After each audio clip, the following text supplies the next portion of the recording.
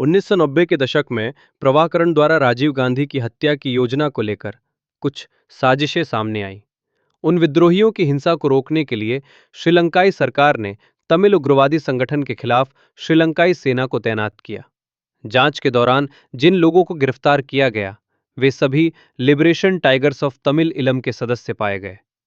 31 अक्टूबर 1984 को 40 वर्ष की उम्र में राजीव गांधी भारत के प्रधानमंत्री बने।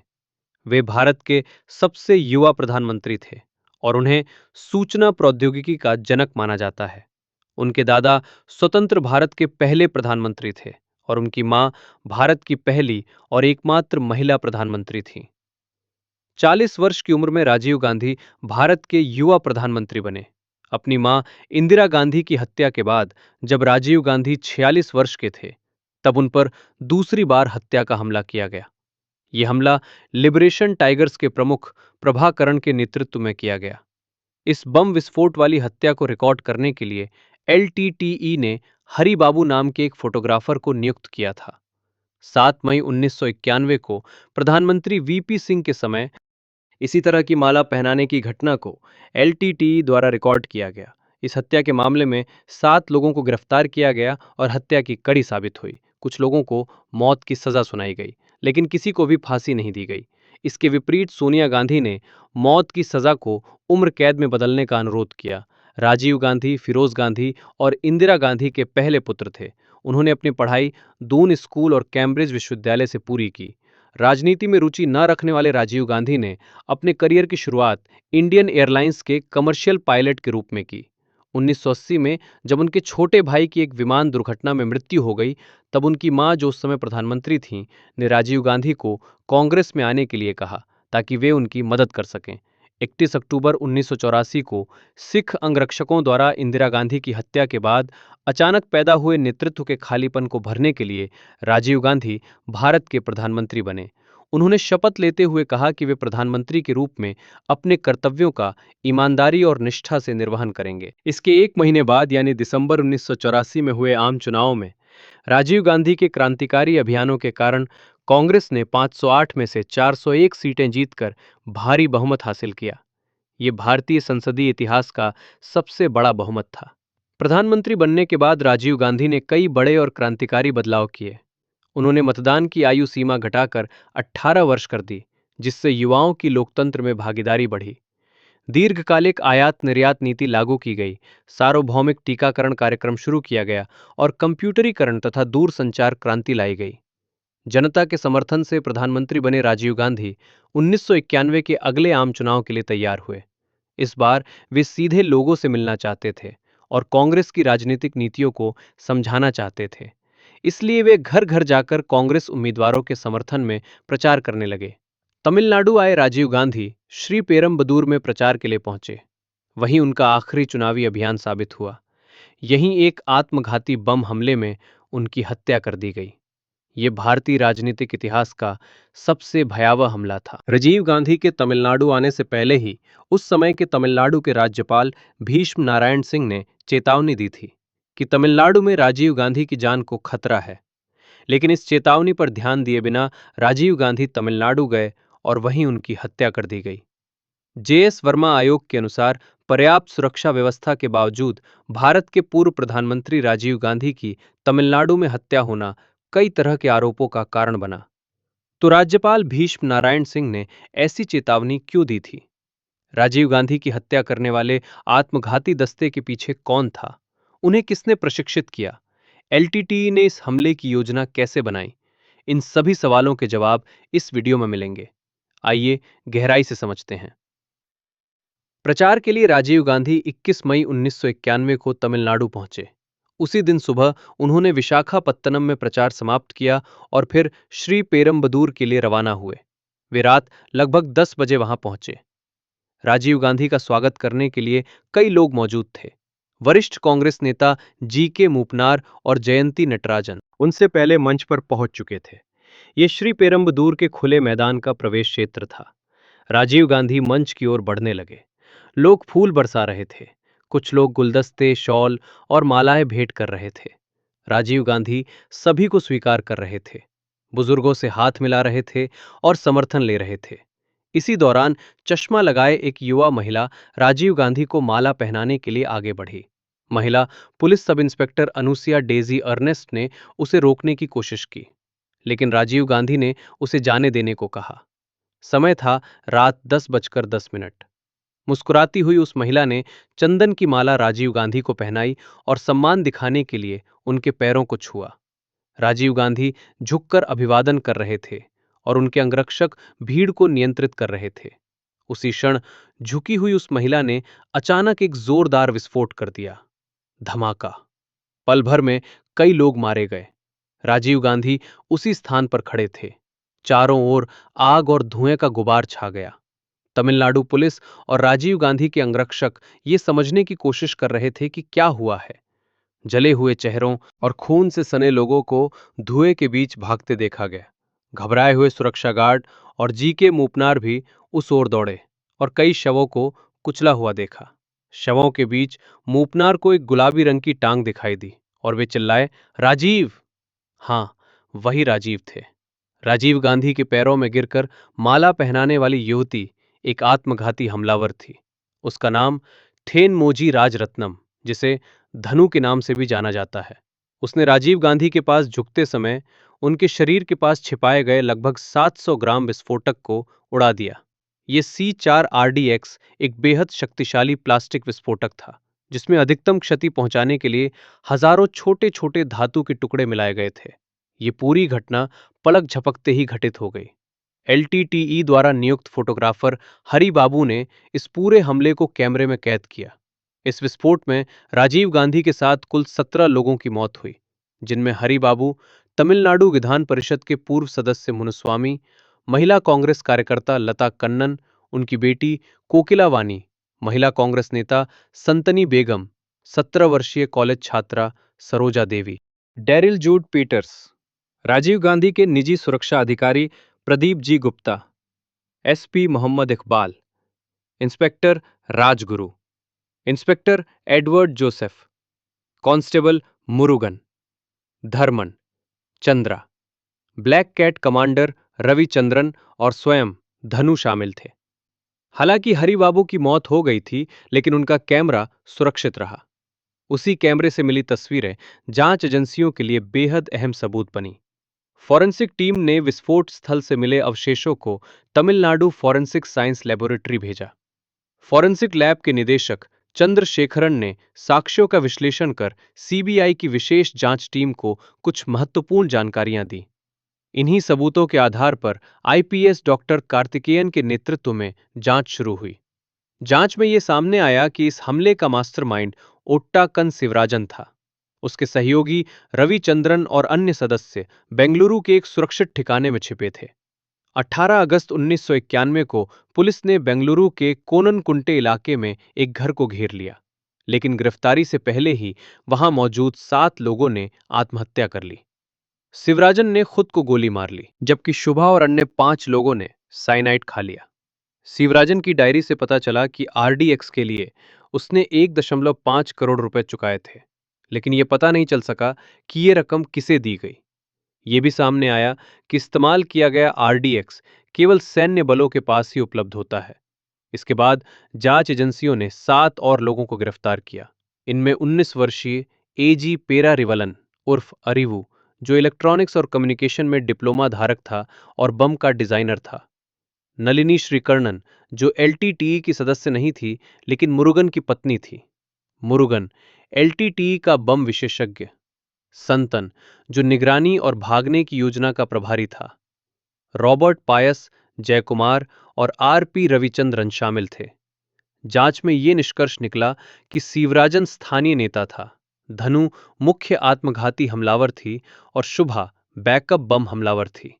मुरुगन, संतन, रॉबर्ट पायस और जयकुमार LTTE के सक्रिय सदस्य थे, जबकि नलिनी, पेरारिवलन और रविचंद्रन स्थानीय सहायक थे। इनके अलावा कुछ अन्य अप्रत्यक्ष स्थानीय सहयोगी भी थे, लेकिन उन्हें गिरफ्तार करने और उनसे पूछताछ करने से पहले ही ये एक मजबूत धारणा बन चुकी थी कि राजीव गांधी की हत्या LTTE यानी लिट्टे उग्रवादी संगठन ने ही की है। इसके पीछे कुछ ठोस कारण थे। एलटीटीई आंदोलन से जुड़े लोगों के मन में 1987 से ही राजीव गांधी के प्रति गहरी नाराजगी और बदले की भावना थी। इतना ही नहीं, राजीव गांधी की हत्या से ठीक 10 महीने पहले अगस्त 1990 में संडे वीकली पत्रिका को दिए गए एक इंटरव्यू ने एलटीटीई के सदस्यों को और ज्यादा उकसा दिया। उस इंटरव्यू में राजीव गांधी ने कहा था कि अगर वे 1991 के आम चुनाव में फिर से प्रधानमंत्री बने तो वे भारतीय शांति सेना यानी आईपीकेएफ को श्रीलंका से वापस बुला लेंगे। एलटीटीई आंदोलन के संस्थापक वेलुपिल्ले प्रभाकरण को यह पक्का विश्वास था कि अगर राजीव गांधी जीवित रहते हैं तो वे ही भारत के अगले प्रधानमंत्री होंगे। इसी कारण प्रभाकरण ने पहले ही राजीव गांधी की हत्या की योजना बना ली थी। इसी वजह से 1990 के दशक में कई तरह की साजिशों की चर्चाएं सामने आईं। जब 1985 में राजीव गांधी सत्ता में आए, उसी समय श्रीलंका में एलटीटीई तमिल उग्रवादी संगठन ने श्रीलंकाई सरकार के खिलाफ हिंसक गतिविधियां तेज कर दी। उनका मुख्य उद्देश्य तमिल ईलम हासिल करना था, यानी श्रीलंका के उत्तरी और पूर्वी हिस्सों को तमिल लोगों के लिए अलग कर एक स्वतंत्र तमिल राष्ट्र की स्थापना करना। हालांकि ये संघर्ष अचानक शुरू नहीं हुआ था, बल्कि ये समस्या लगभग 20 वर्षों से चल रही थी।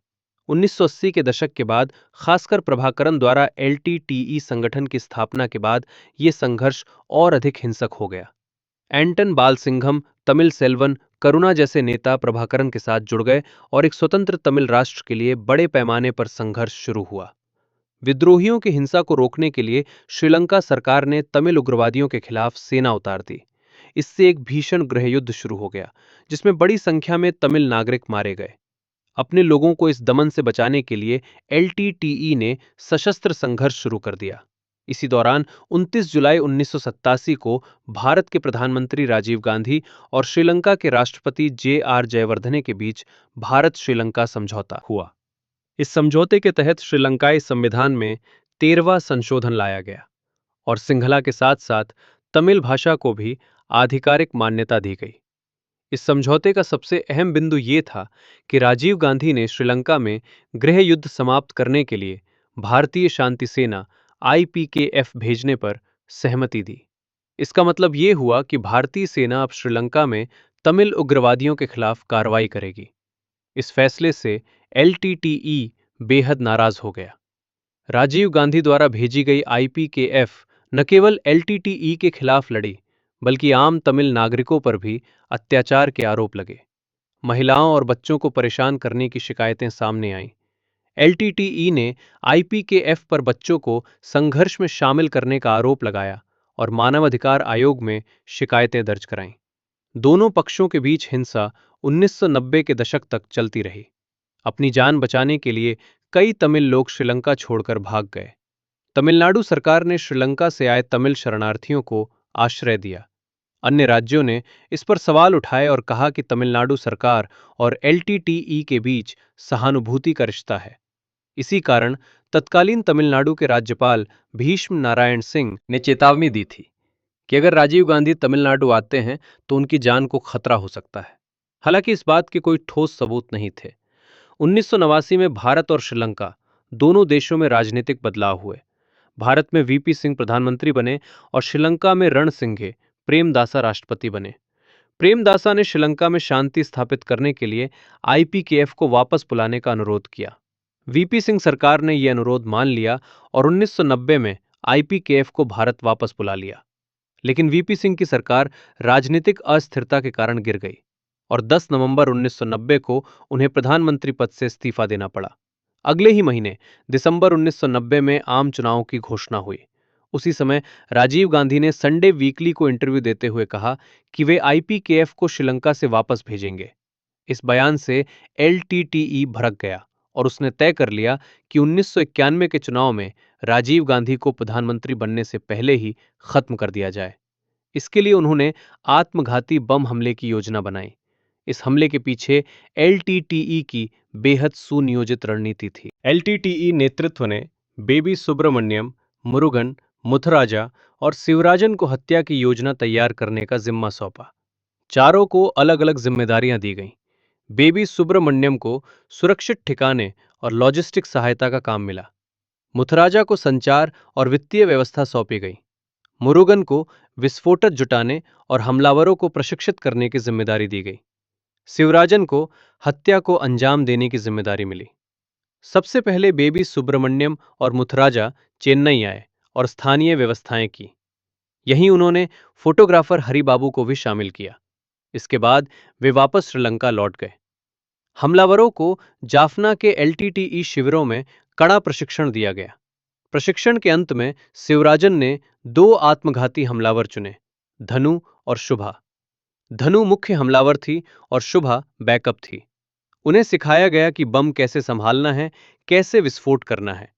18 अप्रैल 1991 को उन्होंने एक रिहर्सल भी की। तमिलनाडु में सुरक्षित ठिकाने बनाए गए जिनमें बागीनाथन और नलिनी ने मदद की। शिवराजन ने आरडीएक्स विस्फोटक खरीदे और डेनिम वेस्ट तैयार करवाई। मार्च 1991 में धनु और शुभा को मद्रास लाया गया और वे नलिनी के घर रुके। उन्होंने 21 मई 1991 को श्री पेरम्बदूर में होने वाली चुनाव सभा को हमले के लिए चुना। हमले के दिन धनु, शुभा, शिवराजन, नलिनी और हरिबाबू राज्य परिवहन बस से श्री पेरम्बदूर पहुंचे। सुरक्षा व्यवस्था बेहद कमजोर थी। न तो मेटल डिटेक्टर थे और न ही ठीक से तलाशी ली गई। सभा को सुरक्षित स्कूल परिसर के बजाय हाईवे के पास खुले मैदान में आयोजित किया गया, जिससे हमलावरों को आसानी हो गई। शिवराजन कुर्ता पायजामा पहनकर खुद को पत्रकार बता रहा था। धनु ढीली शर्ट पहनकर बम छिपाए हुए आसानी से अंदर घुस गई। महिला पुलिस अधिकारी अनुसिया डेजी अर्नेस्ट ने धनु को रोका, लेकिन राजीव गांधी ने उसे आगे आने दिया। धनु ने चंदन की माला पहनाई, उनके पैरों में गिरी और छिपाए गए 700 ग्राम आरडीएक्स में विस्फोट कर दिया। राजीव गांधी के साथ कुल 17 लोगों की मौत हुई। शिवराजन, शुभा और नलिनी भागने में सफल रहे, लेकिन धनु और हरिबाबू मौके पर ही मारे गए। 24 मई को राजीव गांधी का अंतिम संस्कार हुआ। 60 से अधिक देशों के प्रतिनिधि इसमें शामिल हुए। बाद में सोनिया गांधी से पार्टी नेतृत्व संभालने को कहा गया, लेकिन उन्होंने मना कर दिया। इसके बाद पीवी नरसिम्हा राव प्रधानमंत्री बने। अदालतों में लंबी सुनवाई के बाद नलिनी श्रीहरन, मुरुगन, संतन और एजी पेरारिवलन को मौत की सजा सुनाई गई, जबकि रॉबर्ट पायस, जयकुमार और आरपी रविचंद्रन को आजीवन कारावास दिया गया। इसके बाद नलिनी को 1 साल के भीतर मौत की सजा सुनाई गई। ये सुनकर सोनिया गांधी ने नलिनी के पति के पक्ष में दया याचिका दायर की और एक मां होने के नाते मानवीय दृष्टिकोण दिखाया। 1999 के फैसले में न्यायाधीश वाधवा ने राजीव गांधी पर किए गए इस लक्षित हमले के मामले में दोषियों पर से टाडा कानून हटा दिया, ये कहते हुए कि जनता में आतंक फैलाने के पर्याप्त सबूत नहीं हैं। हालांकि हत्या और साजिश से जुड़े अपराध बरकरार रहे। 2014 में सुप्रीम कोर्ट ने मौत की सजा को आजीवन कारावास में बदल दिया। इसका मुख्य कारण दया याचिका के निपटारे में 11 साल की देरी था। ये देरी मुख्य रूप से राज्यपाल और राष्ट्रपति स्तर पर प्रक्रिया के धीमे होने के कारण हुई थी। 2017 में वी त्यागराजन नाम के एक पुलिस अधिकारी ने सुप्रीम कोर्ट में पेरारिवलन द्वारा दी गई एक गुमशुदगी से जुड़ी याचिका पेश की। पेरारिवलन ने कहा कि उसने 2 9वीं बैटरियां खरीदी थीं, लेकिन उसे ये नहीं पता था कि उनका उपयोग किस लिए किया जाएगा। हालांकि उसने ये बात अपने कबूलनामे में शामिल नहीं की थी। बाद में उसने अपने हलफनामे में इस बात को जोड़ा। इस हलफनामे में किए गए बदलाव ने पेरारिवलन को न्याय दिलाने में मदद की। 2018 में तमिलनाडु राज्य मंत्रिमंडल ने संविधान के अनुच्छेद 161 के तहत राज्यपाल की शक्ति का उपयोग करते हुए कुछ दोषियों को रिहा करने की सिफारिश की, लेकिन राज्यपाल ने 2022 तक इस पर कोई मंजूरी नहीं दी। यहां भी राष्ट्रपति की स्वीकृति में देरी हुई। अंततः सुप्रीम कोर्ट ने संविधान के अनुच्छेद 142 के तहत अपनी विशेष शक्तियों का प्रयोग करते हुए मई 2022 में एजी पेरारिवलन को रिहा करने का आदेश दिया। इसके बाद नवंबर 2022 में अन्य 6 लोगों नलिनी, रविचंद्रन, जयकुमार, सुधेंद्र राजा उर्फ संतन, मुरुगन और रॉबर्ट पायस को भी रिहाई का आदेश मिला। चूंकि वे लगभग 30 साल जेल में बिता चुके थे, अच्छे आचरण और तथाकथित समानता सिद्धांत के आधार पर उन्हें रिहा किया गया। हालांकि कांग्रेस पार्टी से जुड़े कई लोगों ने, जो इस राजनीतिक हत्या के दोषियों की रिहाई के खिलाफ थे, सुप्रीम कोर्ट के इस फैसले की कड़ी आलोचना की और इसे अस्वीकार्य और गलत बताया। राजीव गांधी की हत्या, जिसे सबसे कुख्यात राजनीतिक हत्याओं में से एक माना जाता है, उसमें शामिल 7 लोगों ने 3 दशक जेल में बिताए। उनकी रिहाई ने राजनीति और जनता दोनों के बीच मिलीजुली प्रतिक्रियाएं पैदा की। 11 मई 1999 को सुप्रीम कोर्ट के एक फैसले में 3 भगोड़े आरोपियों को दोषी ठहराया गया। इनमें पहला एलटीटीई प्रमुख प्रभाकरण, दूसरा एलटीटीई का खुफिया प्रमुख पोट्टू अम्मान और तीसरी एलटीटीई महिला विंग की उप प्रमुख अखिला थीं। हालांकि प्रभाकरण और अन्य एलटीटीई नेताओं के खिलाफ कबूलनामे, इंटरसेप्टेड बातचीत और परिस्थितिजन्य सबूत मौजूद थे, लेकिन उनके खिलाफ व्यक्तिगत रूप से मुकदमा नहीं चलाया गया। इसलिए उन्हें इस मामले की मुख्य सुनवाई से अलग कर दिया गया और इस केस में प्रभाकरण को लेकर न तो सीधी सजा हुई और न ही बरी किया गया। 10 अप्रैल 2002 को किलिनोची में एक प्रेस कॉन्फ्रेंस के दौरान प्रभाकरण ने राजीव गांधी की हत्या को एक त्रासदी बताया और एंटन बालसिंघम ने भी इसे एक दुखद घटना कहा। लेकिन दोनों में से किसी ने भी इसकी सीधी जिम्मेदारी स्वीकार नहीं की। उन्होंने इसे 10 साल पहले हुई एक दुखद घटना बताया। हालांकि जून 2006 में एंटन बालसिंघम ने एनडीटीवी को दिए एक इंटरव्यू में पहली बार सार्वजनिक रूप से स्वीकार किया कि राजीव गांधी की हत्या के लिए एलटीटीई जिम्मेदार था। उन्होंने कहा कि यह हत्या एक बड़ी त्रासदी थी, एक ऐतिहासिक त्रासदी, जिसका एलटीटीई नेतृत्व को गहरा पछतावा है। उन्होंने भारतीय सरकार से उदारता दिखाने, अतीत को पीछे छोड़ने और इस हत्या को उस समय की राजनीतिक और ऐतिहासिक परिस्थितियों के संदर्भ में देखने की अपील की। उन्होंने कहा कि इसमें भारत की सैन्य दखलंदाजी, भारतीय शांति सेना और एलटीटीई के बीच हुआ युद्ध, श्रीलंका में गृह युद्ध, इंदिरा गांधी के दौर में भारत में एलटीटीई को दिया गया प्रशिक्षण और कई अन्य भू राजनीतिक कारण शामिल थे। इन सभी विषयों पर हम किसी और वीडियो में विस्तार से चर्चा करेंगे। बस इतना ही दोस्तों। अगर आपको ये वीडियो जानकारीपूर्ण लगा हो तो यहाँ क्लिक करके गांधी जी के बारे में जानें और यहाँ क्लिक करके इंदिरा गांधी की हत्या से जुड़े विवरण देखें। चैनल को सब्सक्राइब करें, पेट्रियन और मेंबरशिप के जरिए मुझे सपोर्ट करें। जय हिंद।